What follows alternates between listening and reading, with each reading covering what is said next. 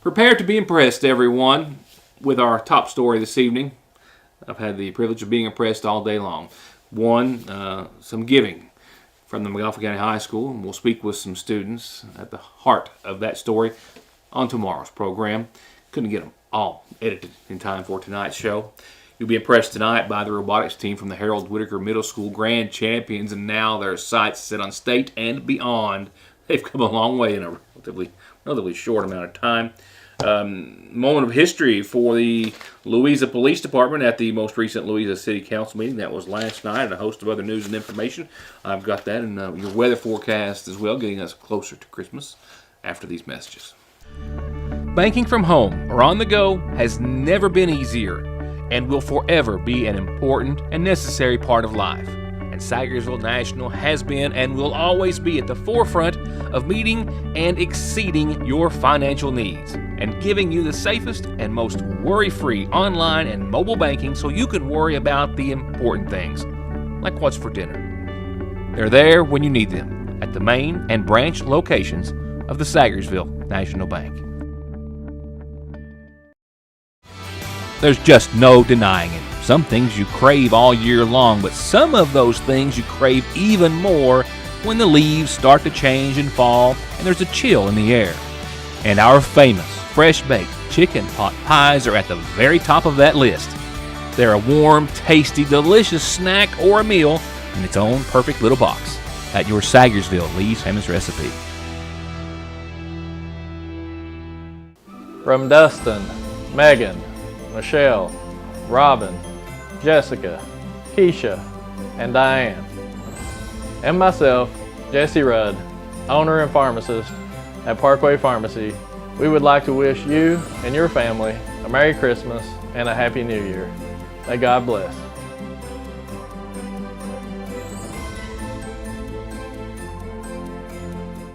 Santa's coming, and he's bringing tires and wheels, and he knows just where to get them. Conley Tire in Staffordsville next to Foothills and ConleyTire.net. Come in or click and save $100, even $200 on a new set of Goodyears and other big discounts on all the big names. They've got wheels, tires, lift kits, and all the service and repairs you need, and 6 months no interest is perfect for the holidays. Conley Tire in Staffordsville.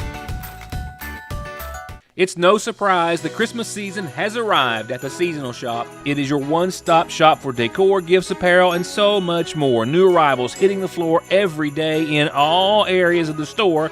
So whether you're going to a holiday party or school or a work day, they have you covered. Beautiful coats, dresses, and sweaters that are perfect for these colder temperatures.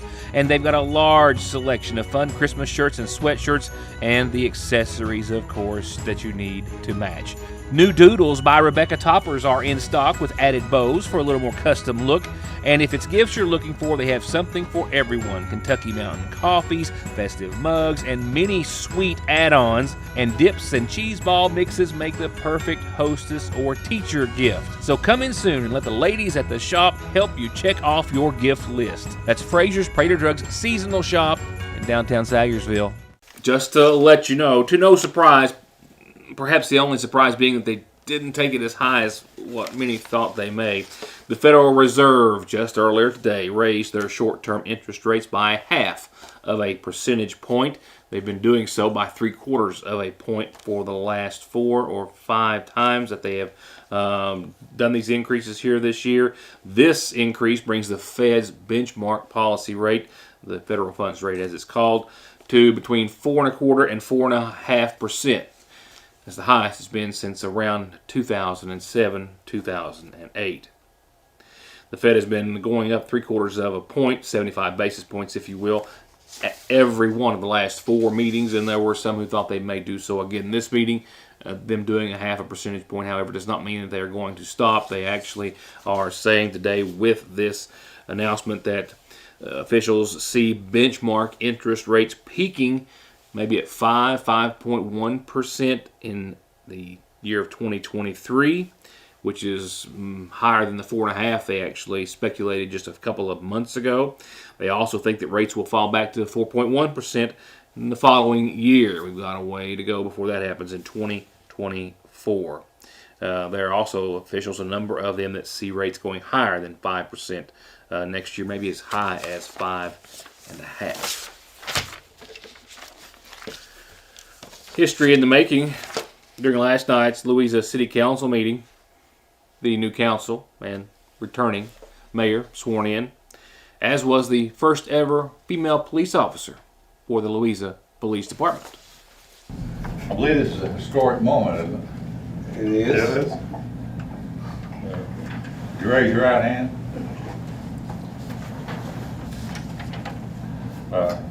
You, Shelby Renee Taylor, do solemnly swear or affirm you will support the Constitution of the United States.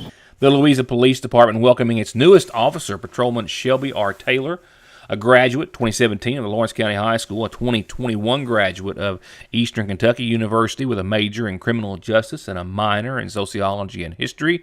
She had a GPA of 3.8 to 4.0, her academic studies as well.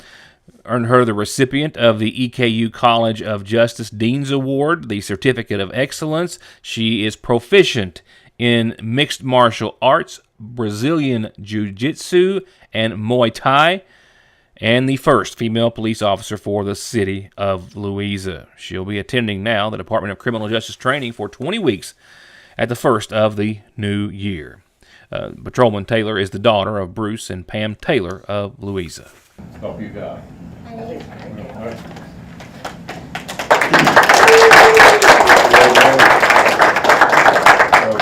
Our top story this evening, it's a few minutes in length, and it's going to be a good one, and it comes up after our calendar, which is next.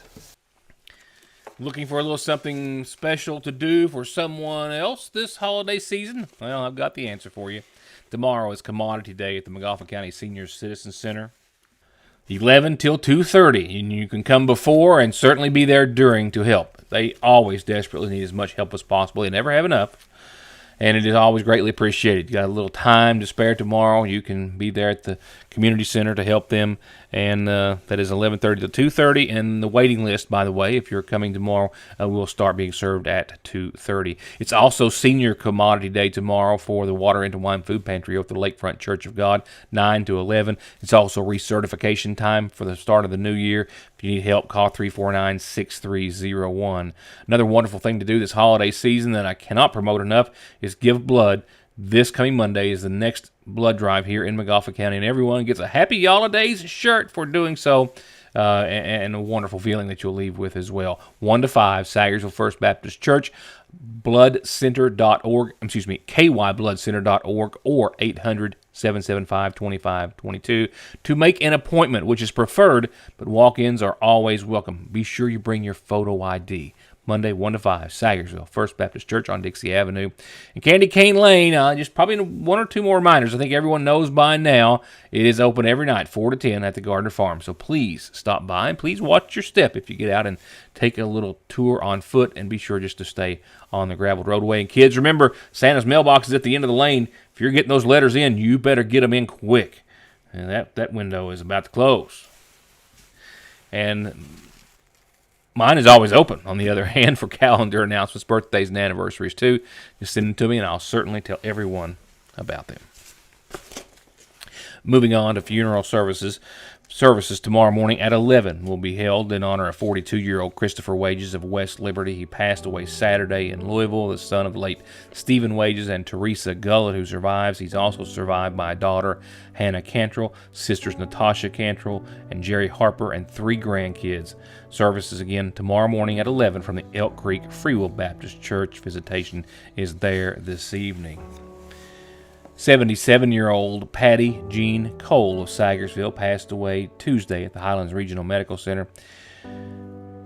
The daughter of the late Jasper and Julie Conley Mullins. She survived by her sons Gregory Paul Cole and Stephen Cole, daughters Rhonda Lynn Franks, Angela Reed, brothers Clyde Mullins and David and Philip and Daniel Mullins, sister Zenith Camper, and 8 grandchildren and 15 great-grandchildren. A private graveside service will be held Friday morning at 11 from the Cole Family Cemetery on Middle Fork.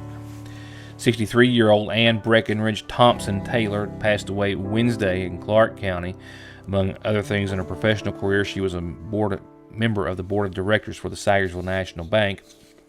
She's survived by her mother, Charlotte Thompson, her son, Morgan Taylor, granddaughter, Kayla Taylor, sister, Laura Thompson, and Maureen Thompson Bisdeck. She's preceded in death by her father, Thomas Thompson, and stepfather, Robert Salyer. Funeral services will be held later on in the spring, but a visitation service will be held this Saturday in Lexington. 74-year-old Melivet Clemens Trusty of Sagersville passed away Tuesday at the UK Bluegrass Hospice Care in Lexington, the daughter of the late Irvin Clemens and the late Tressie Mae Spencer. She's survived by her husband of 54 years, Blaine Trusty, daughters Peggy Wright, Karina Middleton, and Treva Trusty, brothers Roy Holbrook of Jackson, Kentucky, Clarence Bailey, Manuel Bub Spencer, sisters Emma Jean Stone, Wanda Christian, Cutis Clemens, Patty Cole, and 4 grandchildren and 3 great-grandkids. Graveside services will be held in the Bradley Hill Cemetery in Decoy this Sunday at 1 o'clock. And arrangements are incomplete at this hour for 75-year-old Archie Cantrell of Sagersville. He passed away yesterday. Those arrangements to be announced soon by the Magoffin County Funeral Home.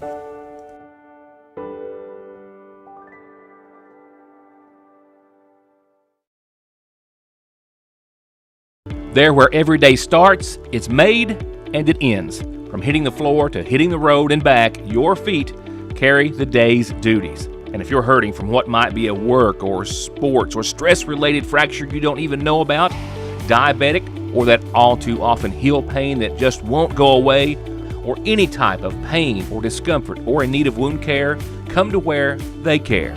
Put your best foot forward and come visit our podiatry team. We care about our patients and their feet.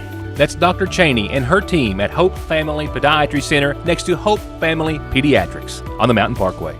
Ratliff & Ratliff Family Dentistry, locally and family-owned since 1969, is now proudly providing treatment for headaches, jaw and muscle pain. They offer trigger point therapy along with Botox to effectively treat and reduce symptoms of TMJ pain. And Dr. Beth Ann, member of the American Academy of Facial Aesthetics, also offers Botox therapy and dermal fillers for all of your cosmetic needs. Call 349-2812 to schedule an appointment and allow their highly trained and friendly staff to take care of all your dental and cosmetic needs. And give them the gift they really want, or yourself, gift certificates for Botox and cosmetic services from Ratliff & Ratliff.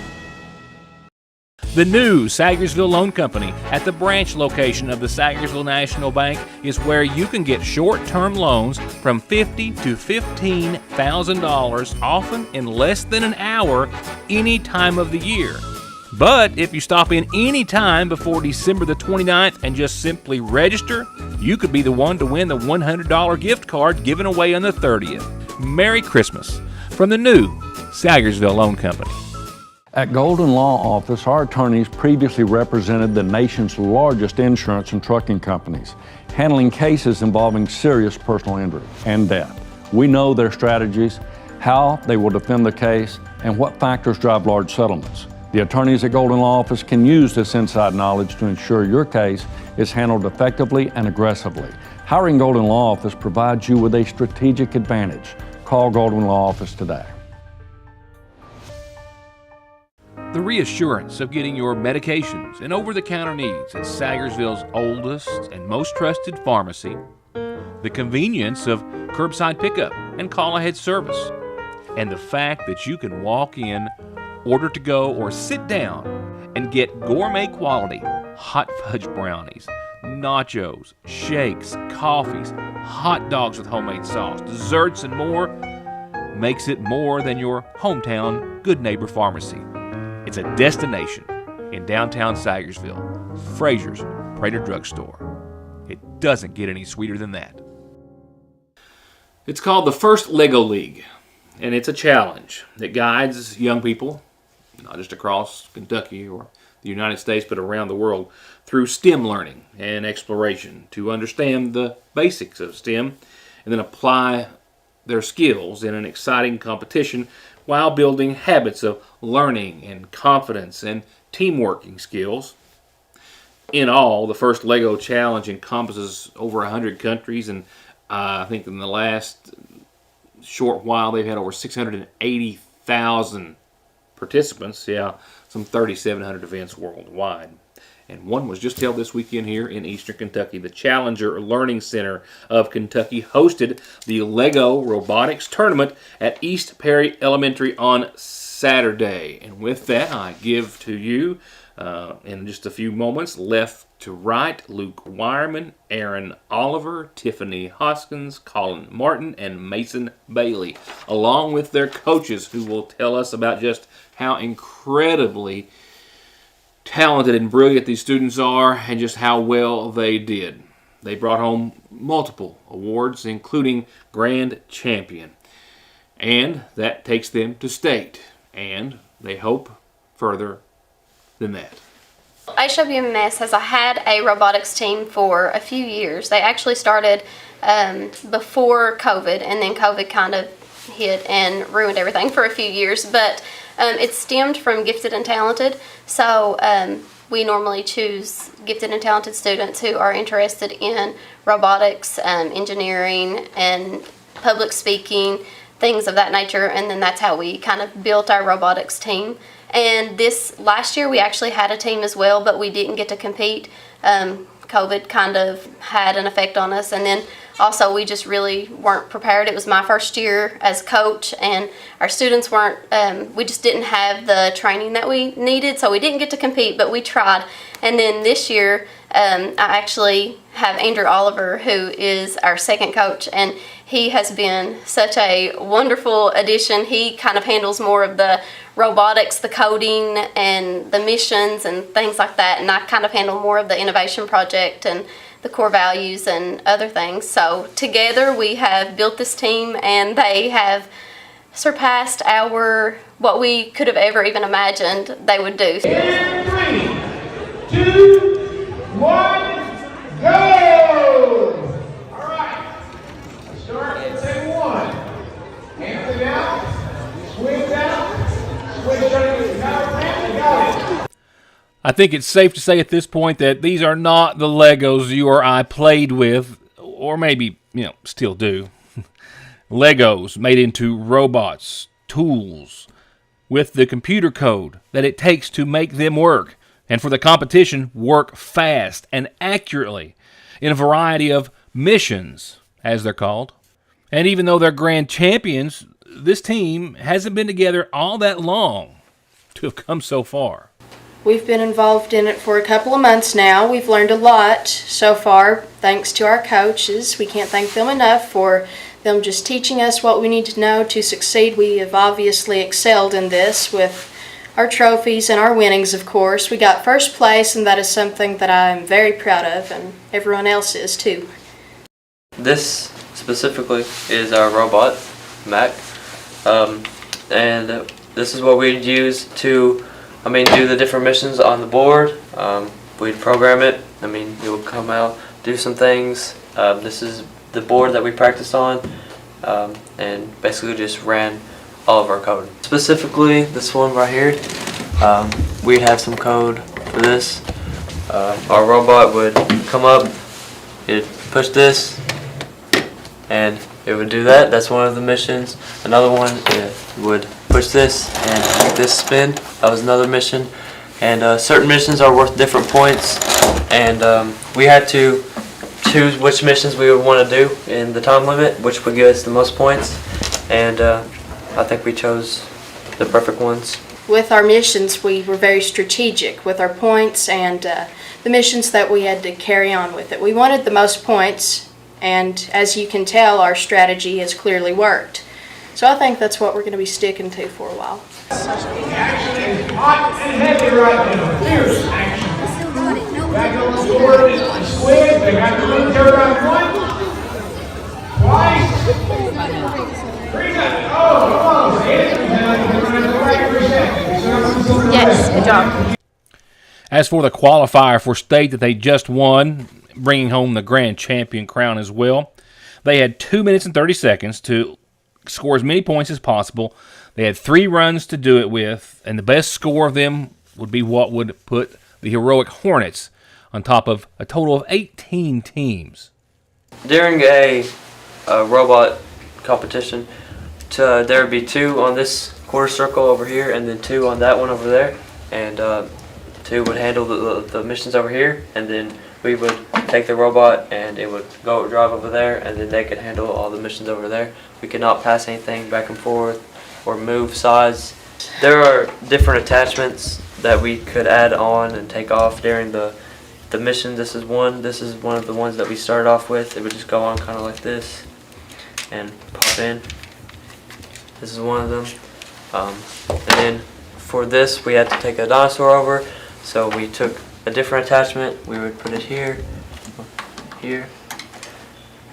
put this up, and we would just kind of stick it there, and then that would keep that on. And then when we were done with it, we could just take the attachment off. While the robot is in this quarter circle, you can touch it, take attachments off, do anything you need to it. But if it's outside, you touch it, take anything, it will be a penalty towards you. Remember me mentioning the code that it takes to make these things run? Well, this is the simplest version of it for you and I still don't obviously understand it, but these kids do, and they're being exposed to this on a very high level at a young age, obviously, being exposed to one of the things that it takes to make this world go around nowadays. We write our own code sometimes, but sometimes we will base it on a pre-existing code and alter it for the specific challenges. Do you actually alter it, like on the fly, so to speak, during the competition? Did you have to change code once you got there, or could you? We didn't change any code during the competition. We had it all preset into the robot. And if that wasn't enough to impress you, I know, it was. Me too, without a doubt. There was a lot more to it. They've been working on a lot more, and they have a lot more to work on before the end of the year, not just getting ready for the state level, but they plan on sharing a lot of their ideas and thoughts and experiences with a lot of folks here locally as well. Aside from the robot games, we had to go through multiple judging sessions and work on an innovation project.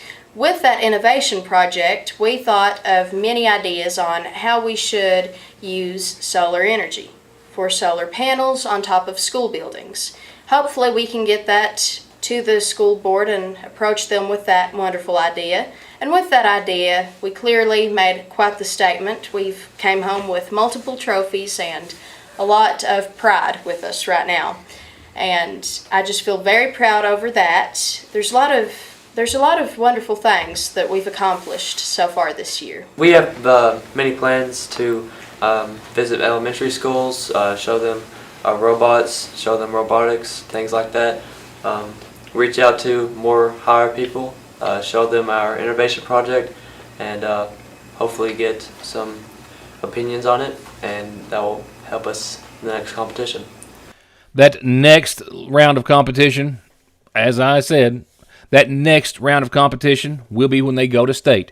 February the 4th, I believe, at Northern Kentucky University. And from there, well, there is ultimately a world stage for this competition as well. And they have their sights, as you can very well imagine, set directly on making it there. As their coaches have as well, but also as well, have their sights on continuing to expose these kids to a limitless field and the experiences therein. Anything that they can be exposed to, that they can get a chance to have an experience, is going to help them in the future. To see them come in and not really have any idea about coding and not really have any idea what the robot games were or the first Lego League, and just kind of take the bull by the horn, and they put in countless hours working with their code, adjusting their code, picking which missions that they wanted to do that would give them the most points. And they started out with a run that was 5 minutes, and they worked tirelessly trying to get like a NASCAR pit crew with changing their attachments and putting their programs into play.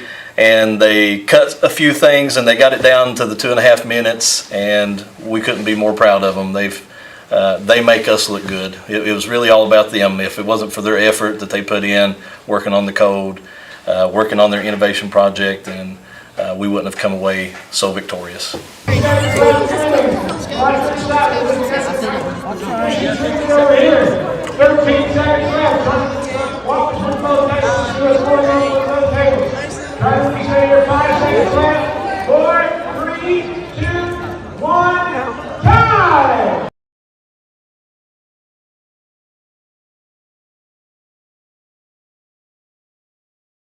A quick basketball score and changes in your weather in just a second as we wrap up tonight's program in just about a minute or less. The Appalachian Wireless Holiday Sale is going on now. Appalachian Wireless has a holiday sale that will make everyone's holiday merry and bright. From now till the end of the year, visit us in-store or reserve online for an unbelievable sale on all the hottest devices. Deals like the iPhone 14 for just $99.99 or the iPhone 12 for just 1 cent. We know what you want for the holidays because we are you. We are Appalachian Wireless. Car wrecks, truck wreck, disability, workers' comp, slip and fall, wrongful death. Your case matters to you. Your case matters to us. Contact McFarland Tinker Law Office. With our combined experience of over 58 years, we're here ready to work for you. This daddy's little girl, yes, I know she's almost 2 years through medical school, but still, nonetheless, came home last night, and I spent a few moments with her while I had the opportunity and missed last night's Belfry game, where Belfry traveled to McGoffin County, and where I hear it was a wild one, to say the least. Final score last night, 31 for the Lady Hornets, Belfry 45. The Lady Hornets with 2 wins right now, still in the early season. That will be their 3rd loss, and that puts them back on the road for a stretch, for a pretty good stretch, actually, if the schedule doesn't change until the 9th day of January. They'll be at Johnson Central this Friday night, and that's Johnson County is going to be the place to be for Johnson County and McGoffin County fans, because not only will the girls be at Johnson Central, 7:30 tip-off, the boys are going to be over across the road at Paintsville. Tip-off, I think, set for 8 o'clock on that game, according to the schedule here. The Lady Hornets again on the road until the 9th of January, and the boys just now getting back to basketball after almost 2 weeks off due to illness.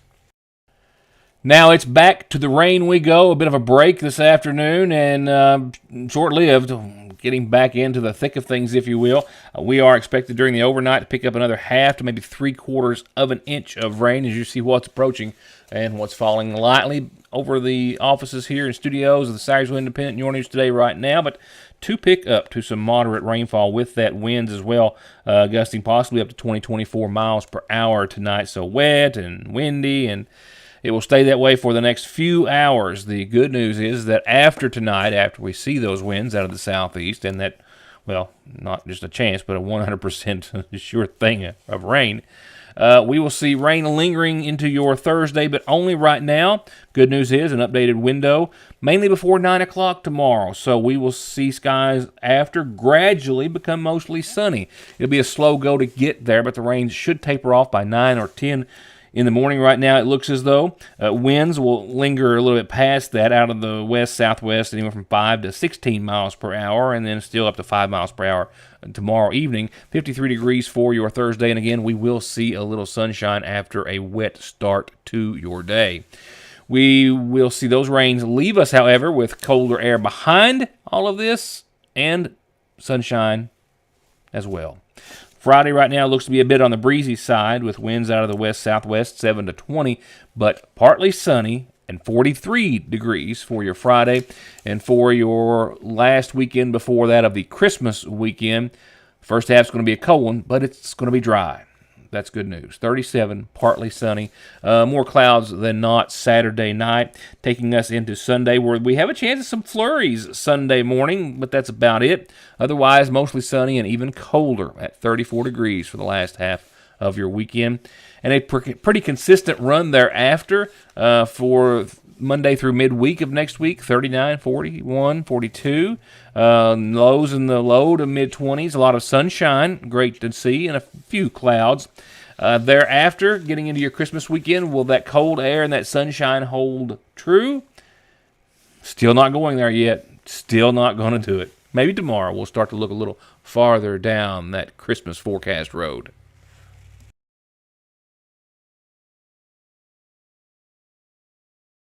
And that'll wrap it up for tonight. The Sayersville Independent hits newsstands bright and early tomorrow. We hope you have one and hope to have you back here with me as well tomorrow night for the next edition of Your News Today. Thank you for watching and have a good night.